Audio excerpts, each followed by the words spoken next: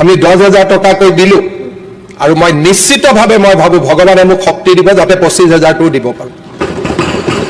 আমি কৈছোঁ যে আমি আগষ্ট মাহৰ পৰা সকলো আঁচনি আৰম্ভ কৰিম। আগষ্ট মাহৰ পৰাই আমি কম মূল্যত যি চাউলৰ লগত চেনি বা দালি যোগান 2-4টা যি সিদ্ধান্ত আছিলে তাৰ বিষয়ে অলপ উল্লেখ কৰি দিছোঁ। আজি কেবিনেটত আসাম কম্প্ৰেছড বায়োগেছ পলিচি 2026 তাক আমি এপ্ৰুভ কৰোঁ, যাক আমি চমুকৈ CBG বুলি কওঁ। এই কম্প্ৰেছ বায়োগেছৰ এক বিশাল সম্ভাৱনা অসমত আছে। বিশেষকৈ আমাৰ মিউনিচিপাল ছলিড ৱেষ্ট আৰু নেপিয়াৰ কাল্টিভেশ্যনৰ জৰিয়তে অসমক আমি CBGৰ এটা খুব উত্তম অঞ্চল হিচাপে গঢ়ি তুলিব পাৰোঁ। আপোনালোকে ইতিমধ্যে জানে যে মাৰুতি সুজুকি আৰু NDDB লগ লাগি বৰপেটাৰ কলগেছিয়াত, অইল ইণ্ডিয়া লিমিটেডে গুৱাহাটী আৰু তিনিচুকীয়াত আৰু কাৰ্বি আলঙতো নেপিয়াৰৰ দ্বাৰা কেইবাটাও কম্প্ৰেছ বায়োগেছ প্লাণ্ট বনোৱাৰ ব্যৱস্থা আৰম্ভ হৈছে। সেইবাবে এই ইণ্ডাষ্ট্ৰী কেইটাক বা যোনে ইয়াত CBG লগাব আহিব খুজিব তেওঁলোকৰ সহায় হোৱাকৈ আজি ৰাজ্য চৰকাৰে আসাম কম্প্ৰেছ বায়োগেছ পলিচি 2026ত অনুমোদন জনায়। ভেটেনাৰী ফিল্ড এছিষ্টেণ্টৰ ৰিক্ৰুটমেণ্টৰ সম্পৰ্কত Assam animal husbandry veterinary subordinate service ৰুলখন কেবিনেটে অনুমোদন কৰে। আমাৰ VFA সকল আগতে অৰেল পৰীক্ষাৰ দ্বাৰা নিযুক্তি হৈছিলে, এতিয়া ৰিটেন আৰু অৰেল দুইটা লগাই আমি পৰীক্ষা পাতি এবছৰ ট্ৰেইনিং কৰি তাৰ পিছত VFA সকলক নিযুক্তি কৰাৰ এখন বিধি আজি কেবিনেটে অনুমোদন জনায়। আজি কেবিনেটত Assam legal metrology government approved test centre rule 2026 ইয়াক অনুমোদন কৰে। এতিয়াৰ পৰা ৱেটছ এণ্ড মিজাৰ যিবিলাক আপোনালোকে জানে যে এটা ডিপাৰ্টমেণ্টে যিসকলে জোখক লৈ বিভিন্ন মিজাৰিং মেকানিক্সবিলাক ঠিক কৰে, এতিয়া তেওঁলোকক আমি সেল্ফ চাৰ্টিফিকেশ্যন বেচিছত অৰ্থাৎ গভৰ্ণমেণ্টৰ পৰা অনুমোদন নোলোৱাকৈ গভৰ্ণমেণ্টৰ নিয়ম অনুসৰি স্থাপন কৰাৰ বাবে অনুমোদন দিয়া হৈছে, যাতে সৰু সৰু কথাত মানুহে চৰকাৰী কাৰ্যালয়ত আহিবলগীয়া নাথাকে। মূলতঃ কেবিনেটত এইকেইটা ৰেগুলাৰ আইটেম আছিলে আৰু আমাৰ গোৱালপাৰা জিলাৰ 2খন proposed reserve forest, Rakshasni reserve forest আৰু Tharko Nalbari proposed reserve forest, এই 2খন ৰিজাৰ্ভ ফৰেষ্টকে আজি আনুষ্ঠানিকভাৱে ফৰেষ্ট হিচাপে কনভাৰ্ট কৰা হয়। তাৰ ফলত অসমৰ বনাঞ্চল ৰাক্ষসনী ৰিজাৰ্ভ ফৰেষ্টত 2205 হেক্টৰ আৰু থাৰ্কো নলবাৰী ৰিজাৰ্ভ ফৰেষ্ট হিচাপে 156 হেক্টৰ বনভূমি আজিৰ পৰা বৃদ্ধি হ'ব। এইকেইখন প্ৰপ'জ ৰিজাৰ্ভ ফৰেষ্ট আছিলে, আজিৰে পৰা এইকেইখন ৰিজাৰ্ভ ফৰেষ্ট হিচাপে ঘোষিত হ'ব, অৰ্থাৎ অসমৰ বনভূমিৰ সংখ্যা কিছু বৃদ্ধি পাব। এতিয়া মই বানপানীলৈকে আহিছোঁ। যোৱা কালি আৰু 2 দিন আগতে মোৰ ফেচবুক লাইভৰ জৰিয়তে কেইবাটাও ঘোষণা আমি শিৱসাগৰ, চৰাইদেউ, যোৰহাট, গোলাঘাট জিলাক লক্ষ্য কৰি আমি ঘোষণা কৰিছিলোঁ। কেবিনেটত আজি আমি ৰাইজক আৰু কেনেকৈ সহায় কৰিব পাৰোঁ তাৰ বিষয়ে পুংখানুপুংখ আলোচনা হয়। প্ৰথম আমি এটা সিদ্ধান্ত লৈছোঁ যে আপোনালোকে ভিজুৱেলত দেখিছে যে বহুত গাড়ী মটৰচাইকেল, 4চকীয়া 2চকীয়া বাহনৰ মানুহৰ অপৰ্যাপ্ত ক্ষতি হৈছে অহা 5 তাৰিখে আমি ইন্স্যুৰেন্স কোম্পানীসমূহৰ লগত কালি যেনেকৈ আমি বেংকৰ লগত মিটিং কৰিলোঁ 5 তাৰিখে আমি ইন্স্যুৰেন্স কোম্পানীসমূহৰ লগত মিটিং কৰিম যাতে যাৰ গাড়ী মটৰ স্কুটাৰ মটৰচাইকেল ক্ষতিগ্ৰস্ত হৈছে যাৰ ইন্স্যুৰেন্স আছে তেওঁলোকক যাতে ইন্স্যুৰেন্স দিয়াৰ ক্ষেত্ৰত কোনো ধৰণৰ কৃপণালী বা গাফিলতি কৰা নহয় সেই দিশটোক সন্মুখত ৰাখি অহা 5 তাৰিখে আমি insurance company both private and government insurance কোম্পানীসমূহৰ লগত আমি এখন বৈঠক কৰিম আৰু আমি উপযুক্ত সিদ্ধান্ত গ্ৰহণ কৰিম যাতে গাড়ী মটৰ আৰু বিভিন্ন সামগ্ৰী ইন্স্যুৰেন্স থাকে কাৰোবাৰ গৰু মহো ইন্স্যুৰেন্স আছে মানুহৰ এক্সিডেন্ট ইন্স্যুৰেন্সো আছে গতিকে এক্সিডেন্ট অকল যে গাড়ী মটৰ সীমাবদ্ধ তেনেকুৱা নহয় আৰু বিভিন্ন ইন্স্যুৰেন্স থাকে সেইকাৰণে আমি শিৱসাগৰ চৰাইদেউ গোলাঘাট আৰু যোৰহাট জিলাৰ ইন্স্যুৰেন্স ক্লেইমবিলাক তেওঁলোকে যাতে নিজেই সংগ্ৰহ কৰে আৰু ততাতয়াকৈ ইয়াক নিষ্পত্তি কৰে তাৰ কাৰণে আমি ব্যৱস্থা ল'বৰ কাৰণে সিদ্ধান্ত কৰিছোঁ আৰু 5 তাৰিখে এই বিষয়ে আমাৰ বৈঠক হ'ব আৰু লগে লগে আমি সিদ্ধান্ত আমি ল'ব পাৰিম যোৱাকালি আপোনালোকে দেখিছে যে আমি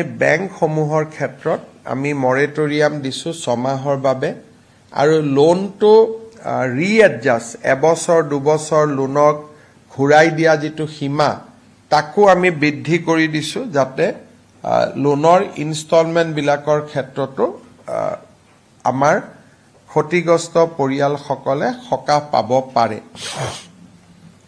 এতিয়া আমি বেংকৰ লগতে বিত্তীয় সংস্থা বেংক এটা বেলেগ এনবিএফচি নন বেংকিং ফাইনেন্সিয়েল কোম্পানীবিলাক বেলেগ সব 5 তাৰিখে আমি এনবিএফচি সমূহৰ লগতো মিটিং কৰিম যাতে বেংকৰ ক্ষেত্ৰত আমি যি সকাহ দিব পাৰিছো সেইটো যাতে নন বেংকিং ফাইনেন্সিয়েল ইনষ্টিটিউচনৰ পৰা যিসকলে লোন লৈছে তাতো সকাহ পায় বিশেষকৈ আমাৰ নিবনুৱা যুৱকসকলে ট্ৰাক বা গাড়ী যিটো ব্যৱসায় কৰে ম্যাক্সিমাম লোন তেওঁলোকে বেংকৰ পৰা নলয় তেওঁলোকে এনবিএফচিৰ পৰা লয় সেইকাৰণে আমি এনবিএফচিৰ লগতো 5 তাৰিখে মিটিং কৰিম যাতে তেখেতসকলক আমি সহায় দিব পাৰো আমি যিটো 15,000 টকাৰ সাহায্য ঘোষণা কৰিছিলো মই ভাবো যে আজি বা কালি আমাৰ এসেসমেন্ট কমপ্লিট হৈ যাব তাৰ গোটেই শিক্ষকসকলে লাগি আছে এসেসমেন্টটো কৰাৰ ক্ষেত্ৰত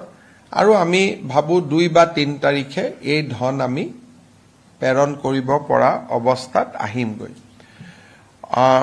অহা কালি ইউনিফৰ্ম সমূহ ডিস্ট্ৰিবিউশনৰ কাৰণে ৰিডিস্ট্ৰিবিউশনৰ কাৰণে মুখ্যমন্ত্ৰী সাহায্য পুঁজিৰ পৰা প্ৰায় 8 কোটি টকা আমি সমগ্ৰ শিক্ষা অভিযানক দিম আৰু তেওঁলোকে পুঁজিখিনি তৎকালীনভাৱে স্কুল মেনেজিং কমিটিলৈকে হস্তান্তৰ কৰিব গতিকে ইউনিফৰ্মৰ সমস্যাটো সমাধান হৈ যাব টেক্সটবুক যোৱাকালিৰ পৰা পঠোৱা আৰম্ভ হৈছে আৰু ষ্টুডেন্ট সকলৰো কোন ক্ষতিগ্ৰস্ত ষ্টুডেন্ট সকলৰো ডেটা লোৱাৰ যেটো কাম যাতে আমি 1000 3000 5000 পৰ্যন্ত সহায় কৰিব পাৰো বুক গ্ৰান্ট তাৰো এসেসমেন্ট ইতিমধ্যে এডুকেশন ডিপাৰ্টমেন্টে আৰম্ভ কৰিছে ফাইনালি আজি আৰু কালি আমি আমাৰ জিলা কৰ্তৃপক্ষ আৰু ষ্টেট গভৰ্ণমেণ্টৰ ৰেভিনিউ ডিপাৰ্টমেণ্টৰ মাজত আমি এটা সামঞ্জস্য কৰি 7 তাৰিখৰ পৰা আমি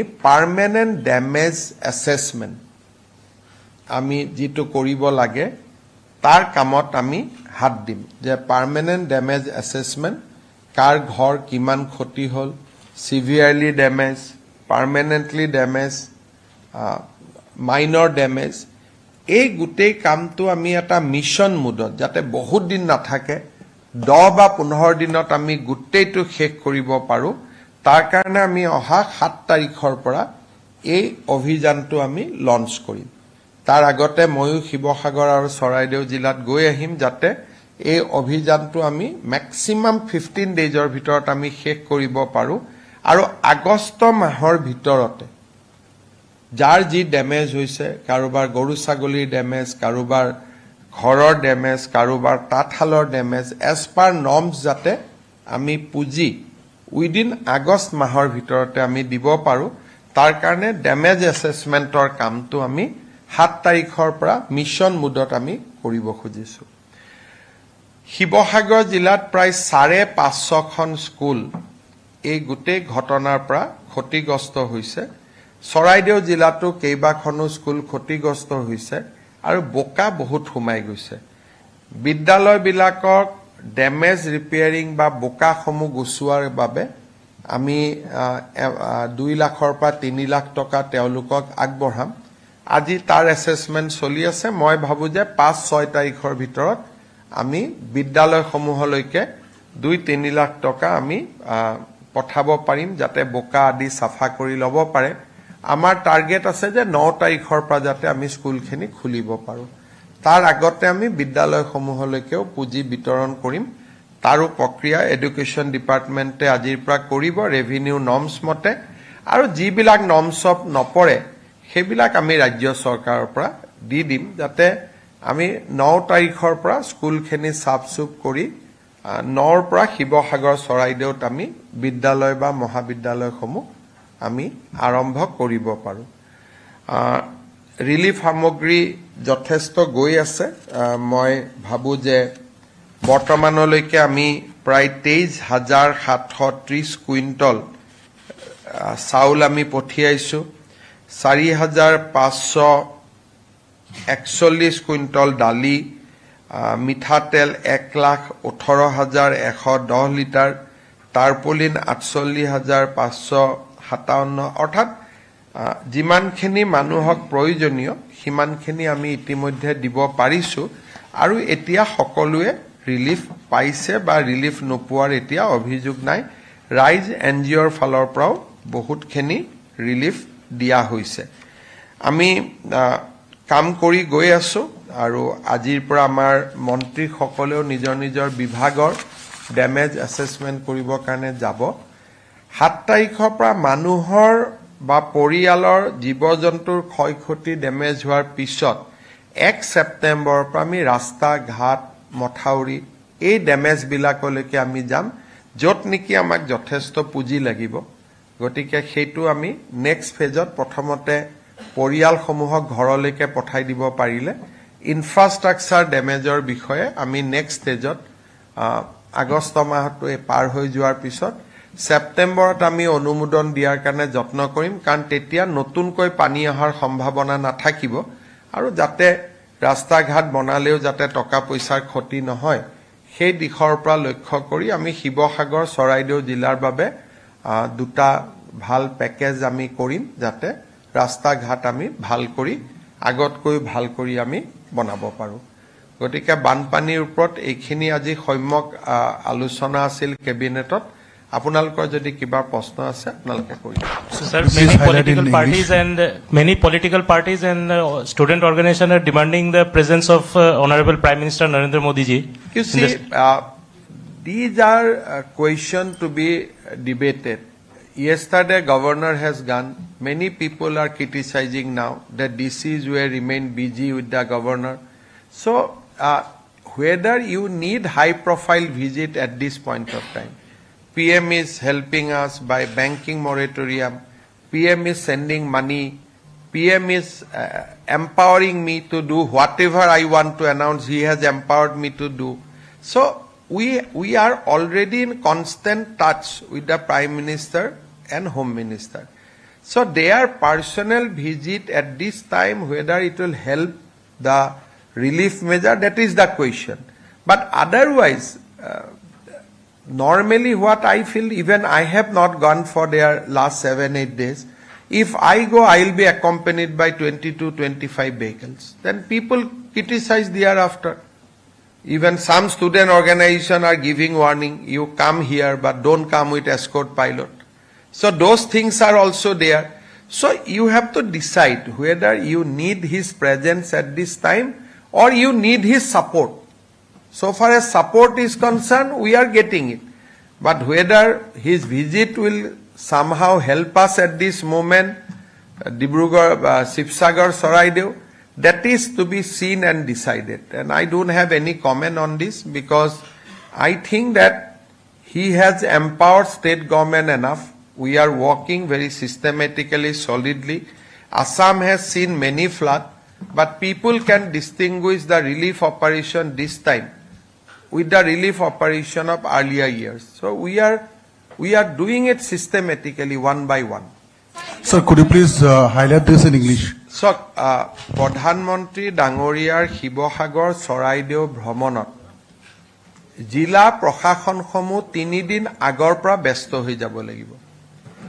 ই ৰিলিফ মেজাৰত আমাক সহায় কৰিবনে আমাক অসুবিধা কৰিব?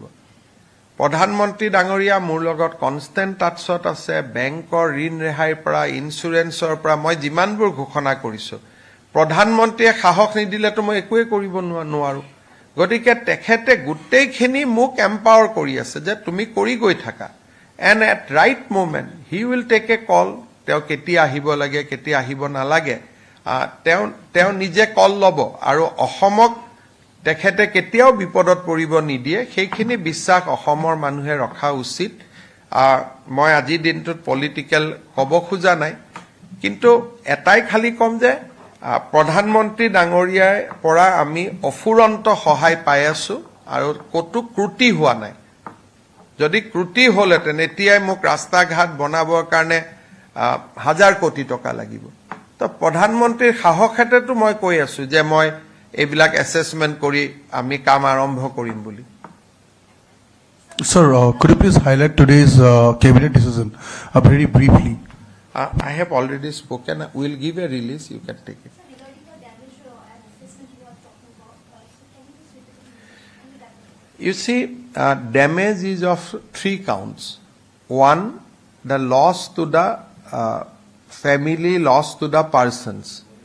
So that damage assessment is continuing, and by tomorrow evening we'll get a complete idea how many families has been affected severely. Number 2, damage to the public infrastructure. Number 3, the long-term damage in terms of roads and bridges in the embankment, etc. So multiple assessment is going on, and I am of the view that by tomorrow a preliminary views will emerge. From 7th, we are going house to house to see the damage caused by the flood to each and every houses. So I am going to Saraideo, Sibsagar within next 2-3 days to launch that assessment so that nobody is deprived. And finally, we have to assess the loss for the of bigger public infrastructure like school embankment. So state government is doing everything, and we are being empowered by Government of India. On 5th, I'll have a meeting with the insurance company so that all insurance claim can be disposed easily. So yesterday I had a meeting with banks. Everybody has agreed for 6-month moratorium on repayment of loan. And on 5th again we will have a discussion with NBFCs so that non-banking financial institute also extend moratorium. So multi-pronged work is being taken up. काम हो रहा है सारे angle से और हम लोग करते रहेंगे। Sir, এটা কথা আপুনি উল্লেখ কৰিছে যে 9 তাৰিখৰ পৰা বিদ্যালয়লৈ ছাত্ৰ ছাত্ৰী যাব পাৰিব, সেইটো কাম কৰি আছে। তাৰ লগতে শিৱসাগৰত কৈছে 550খনমান বিদ্যালয় ক্ষতিগ্ৰস্ত হৈছে। যিবোৰ বিদ্যালয় বেছিকে ক্ষতিগ্ৰস্ত হৈছে তেওঁলোকক ছাত্ৰ ছাত্ৰীসকলক স্কুলত কিবা বিকল্প ব্যৱস্থা কৰিব নেকি? ইউজুৱেলি শিৱসাগৰত বিদ্যালয়সমূহৰ ঘনত্ব আন জিলাতকৈ বহুত বেছি। গতিকে যেতিয়ালৈকে এখন বিদ্যালয় হৈ নাযায় কাষৰ বিদ্যালয়খনতো ছাত্ৰ ছাত্ৰীসকলে পঢ়িব পাৰিব, কাৰণ আমাৰ আন জাগাৰ তুলনাত শিৱসাগৰ আৰু চৰাইদেউ জিলাত স্কুলৰ সংখ্যা বেছি। আৰু কৰবাত যদি কোনোবা এখন স্কুলৰ বিল্ডিংটো ক্ষতি হৈছে কাষৰ স্কুলখনত গৈ পঢ়িব পাৰিব। আৰু যদি আমি 9 তাৰিখলৈকে সাজি নহওঁ আমি আকৌ 15 তাৰিখলৈকে পিছুৱাই দিম। ইয়াত কোনো ধৰা বন্ধা ৰুল নাই যে 9 মানে 9এ হ'ব লাগে। 9টো এটা আমি টাৰ্গেট লৈছো, কিন্তু যদি আমি 9ত সফল নহওঁ আমি 15 কৰি দিম, কিন্তু আমি ষ্টুডেণ্টক কোনো কষ্ট বা অসুবিধা হ'ব নিদিওঁ। Sir, some people, it being to our notice that some people have criticized us that CM Relief Fund. So as we have also announced, What is that criticism? so they're saying that we don't have to pay in the CM Relief Fund. It's a misuse. There is no compulsion, but will people listen to them? The question is that will people listen to them?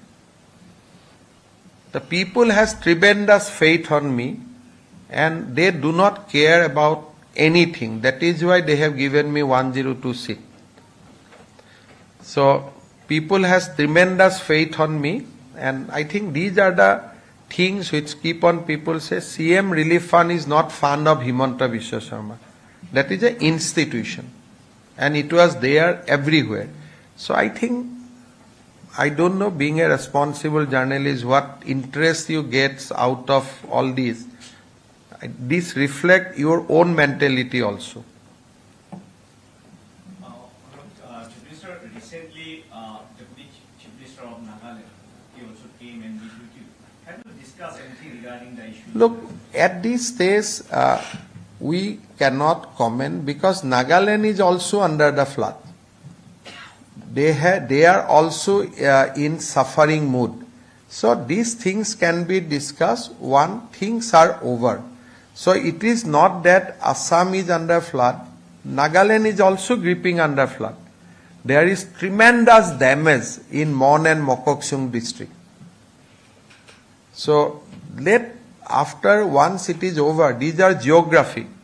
So these are not man-made kind of things that Nagaland and Assam has been put as a neighbor by some people. We were put as a neighbor by the nature, by God, and we share geography. So we'll discuss what is the issue, how it has happened, what is the solution. We'll discuss, but there is a right time to it, right time for it. But we must also have empathy for the people of Nagaland, Arunachal. Also, today there is a flood in Orissa. Flood is in Gujarat. So while we are fighting with the flood, we should have empathy for all the people across the country who are suffering in the flood. Then course correction we can discuss after flood. Maybe September, October we can meet CM Nagaland. We can see what is going on. By then, lot of satellite picture will emerge that what was happening, what will happen, what is the solution to that. I think all these, there are phases. At this time, we should discuss about relief and rehabilitation. Once it is over, then we will go to the cause. And I think lot of academicians are already discussing that what was the reason, why it has happened. So we'll discuss with everybody post-flood. Now, if we concentrate on those issues, then we will not be able to concentrate on relief and rehabilitation. Mr. Chief Minister, it has been seen that several private organizations and voluntary organizations are also going on their own to distribute relief materials, and in some places commotion has been also reported. I think you should ignore all these things. I think by focusing why there will be commotion. I mean, everybody is helping and we should welcome it. I think these are the real materials. These things should not come in this platform. गड़बड़ी हो गया, एक कभी reel वाला लोग गड़बड़ी करवा भी देता है, so that there is more likes and more this thing. So I think we should not focus on those.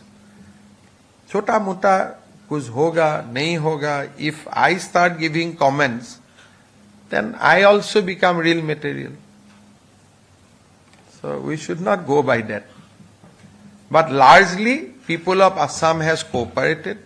Each and everybody has sympathy, empathy, and everybody is in a mood to cooperate. Whether it is NGO, whether it is individual, all are helping. So we should not try to create confusion at this moment. Sir V ৰামজীৰ যিখন আঁচনি, এই আঁচনিৰে 34 minimum কিবা কিবি কৰিব পাৰি, এইটোৰ কাৰণে কিবা এইটো ভিভি জি ৰামজীত কৰিব পাৰিব, কিন্তু মানুহখিনিতো ঘৰলৈকে যাব লাগিব.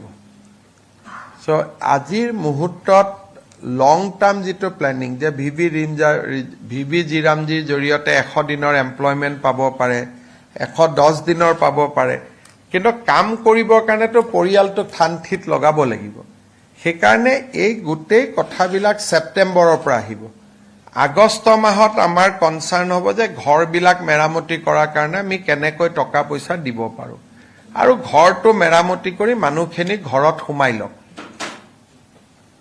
আৰু তাৰ পিছতহে আমি নেক্সট ষ্টেজলৈকে যাব পাৰিম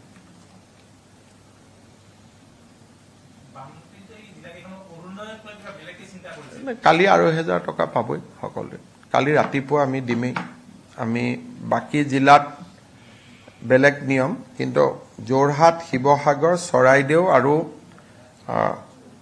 গোলাঘাট জিলাত আমি আৰু 1000 টকা কৈ দিম আৰু এটা আমি স্কিম আনিম যে তেওঁলোকে এটা পইচা বেংকৰ পৰা উইদাউট অৰুণোদয় হিতাধিকাৰীসকলে উইদাউট মৰ্টগেজ তেওঁলোকে বেংকৰ পৰা এটা লোনো ল'ব পাৰিব আমি অৰুণোদয়ৰ পৰা অকণমানকৈ কাটি থাকিম তেনেকুৱা স্কিম এটাও আমি বনাই আছো এতিয়া এনাউন্স কৰিব পৰা হোৱা নাই সাপোজ 10000 টকা তেওঁলোকে এতিয়া বেংকৰ পৰা লৈ দিলে বেংকক ঘূৰাই দিব লাগিব তেওঁলোকে ঘূৰাই দিব নালাগে অৰুণোদয়ৰ পৰা 100 টকা তেওঁলোকে ঘূৰাই দিলে ৰাজ্য চৰকাৰে 100 টকা এডিশন দি দিলে সো আমি বিভিন্ন ধৰণে মানুহক সহায় কৰিম গতিকে বহুত চিন্তা চলি আছে কেনেকে সহায় কৰিব পাৰিম গতিকে আপোনালোকে জানে যে মই নেগেটিভিটি দি কেতিয়াও ইনস্পায়াৰ নহওঁ মই ভাবো যে every crisis should be converted to the opportunity Sivasagar চৰাইদেউত বহুত নোহোৱা কাম বহুত ৰাস্তা আগত হোৱা নাছিল এতিয়া এই সুযোগতে বেছি ভালে হৈ যাব জিলাখন গতিকে মই বিশ্বাস কৰো যে যেতিয়া ক্ৰাইচিছ হয় তাত অপৰচুনিটি বেছি আহে গতিকে আপোনালোকে দেখিব যে 2-3 মাহ পিছত দেখিব যে নহয় আমাৰ শিৱসাগৰ চৰাইদেউ জিলাখন চৰকাৰে আগতকৈ বেছি ভালকৈ বনাই দিলে ৰাইজক সহায় কৰিলে গতিকে আমিতো পজিটিভ আপোনালোকেতো আগতে বহুত বানপানী দেখিছে ৰাজ্য চৰকাৰে এনেকুৱা কৈতো আগতে কেতিয়াও ইমানখিনি কাম নকৰে 3জন মন্ত্ৰীটো আজি ইমান দিন ওলোৱাই নাই তাৰ পৰা 3জন কেশৱ মহন্ত সুশান্ত বৰগোহাঁই আৰু বিমল বৰাটো আজি 18 তাৰিখৰ 3টা বজাত তেওঁলোক গৈ পাইছে আজিলৈকে জিলা দুখনৰ পৰা 3খনৰ পৰা ওলোৱাই নাই আমাৰ কাৰণে মানে মই এতিয়া পলিটিক্যাল ক'ব খোজা নাই ৰিল বনোৱা মানুহবিলাকে আজমলক দেখি আছে কিন্তু সুশান্তক দেখা নাই দ্যাট ইজ দা ইস্যু গতিকে এতিয়া এইবিলাকৰ লগত আপুনি কি কথা পাতিব গতিকে সেইটো এটা বেলেগ যে 3জন মন্ত্ৰীয়ে কাম কাজ এৰি তাতে বহি আছে সেইটো দেখা নাই বা হাজাৰজন মানুহে তাতে কাম কৰি আছে কোনোবা বাহিৰৰ পৰা আহি কাম কৰি আছে কোনোবা ভিতৰৰ পৰা কাম কৰি আছে সবে কাম কৰি আছে তাতে কোনো অভাৱ অসুবিধা নাই তাৰ মাজতো এজন ব্যক্তি কেন্দ্ৰ কৰি ৰিল বনাই আছে যাতে তাৰ পৰাও এটা পলিটিক্যাল এডভান্টেজ ল'ব পাৰি গতিকে এই কথাবিলাক মই ভাবো যে মইতো কেনে কৈছো সবে সহায় কৰিব লাগে এতিয়া ইয়াতো গোটেই বানপানীক লৈ আমি ডিল কৰি থাকিব লাগে আৰু যাৰ নিজৰ একাংশ মানুহৰ নিজৰ পলিটিক্যাল ইন্টাৰেষ্ট আছে নিজে কৰি থাকিব কিন্তু আপোনালোকক মই বানপানীৰ পিছত ফটোবোৰ দেখুৱাম আমাৰ লগত ভিডিঅ' আছে এনডিআৰএফ এছডিআৰএফৰ ল'ৰাবিলাকে কেনেকে মানুহক উদ্ধাৰ কৰিছে কোনেওতো এনডিআৰএফ এছডিআৰএফৰ নামেই লোৱা নাই সবে এইবিলাকহে দেখি আছে মোৰ লগত গোটেই ভিডিঅ' আছে যে কেনেকে কোচাত কোলাত লৈ জপিয়াই ল'ৰা মানুহক উদ্ধাৰ কৰিছে এনডিআৰএফ এছডিআৰএফৰ জোৱানবিলাকে আপোনালোকে দেখিব যে সবে জেকেট এটা পিন্ধি আছে ফটো উঠিছে ৰাবাৰ বুটত উঠিছে এইবিলাকতো সব এনডিআৰএফ এছডিআৰএফৰে বোট হয় বোটবিলাকতো ইয়াৰ পৰা যোৱা নাই গোটেই যিমান ইনফ্ৰাষ্ট্ৰাকচাৰ আপোনালোকে টিভিত কিছুমান ফটো দেখিব যে ৰেড এটা কি বুলি কয় ৰেড জেকেট আৰু ৰাবাৰ বুলেটত উঠি লাইফ জেকেট আৰু ৰাবাৰ বুটত উঠি মানুহে ৰিলিফ বা কাম কৰি আছে অসুবিধা একো নাই কিন্তু সেই বস্তুখিনিওতো আমাৰ এনডিআৰএফ আৰু এছডিআৰএফৰে সামগ্ৰী গতিকে গোটেই ৰিলিফটো প্ৰাইমেৰিলি ৰাইজ চৰকাৰে লগ লাগি কৰি আছে আৰু ইয়াতে মই ভাবো যে বেলেগ কথা কোৱাৰ এই মুহূৰ্তত প্ৰয়োজন নাই কাৰণ ই মানুহৰ মাজত বিভেদ আনে এতিয়াতো একতা আনাৰ সময় মানুহক একেলগে কাম কৰাৰ সময় সেইকাৰণে আমি এটা শব্দও পলিটিক্যাল কোৱা নাই আৰু কোৱাটো উচিত নহয় আছে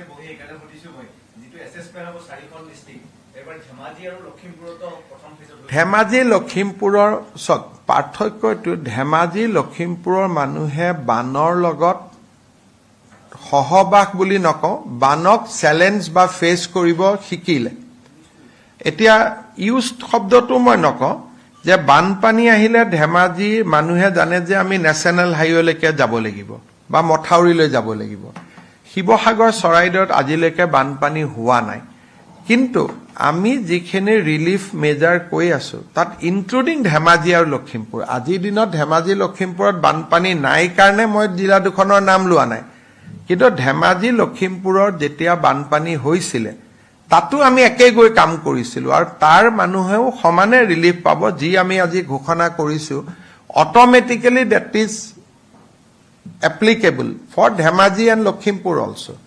আজিতো ধেমাজি লখিমপুৰৰ পৰা মানুহে গৈ শিৱসাগৰ আৰু চৰাইদেউত উল্টা ৰিলিফ দিহে আছে গতিকে আপোনালোকে তাৰ পৰা আমাৰ অসমৰ মানুহৰ যিখন বহল অন্তৰ যে নিজে বানত আক্ৰান্ত আৰু লখিমপুৰ ধেমাজিৰ ৰাইজে যে বানপানীত আটাইতকৈ ডাঙৰ আশ্ৰয় নাও কেইখনে কিন্তু যেতিয়া আমি কলো যে আমাক নাও লাগে শিৱসাগৰ চৰাইদেউৰ কাৰণে তেওঁলোকে আপত্তি কৰা নাই যে আমাৰ ইয়াত বানপানী আহিব পাৰে আমাৰ পৰা নাও নিদিও ইউজুৱেলি মানুহে কি কৰে যে মই নাও নিদিও মোক লাগিব ইয়াত বানপানী আহিব আজিও অৰুণাচলত বৰষুণ আছে অহাকালি ধেমাজি লখিমপুৰত বানপানী হ'ব পাৰে তথাপিতো মইতো মেক্সিমাম নাও লৈ আহিছো মাজুলী ধেমাজি আৰু লখিমপুৰৰ পৰা এজন ৰাইজেওতো আপত্তি কৰা নাই সেইটোৱে হল অসমৰ একতা অসমৰ ঐক্য আৰু অসমৰ সংহতি Sir, Nagaland, Naga Hill is also in a critical condition. Well, it can be caused to landslide and all. There is, as of now, there are flood in Gujarat, there are flood in Orissa, there are floods in Arunachal, there are flood in Nagaland, including Assam. So, we are not in a position to help anyone because we are suffering, but our sympathy and empathy is with all the flood affected people of this country. Thank you.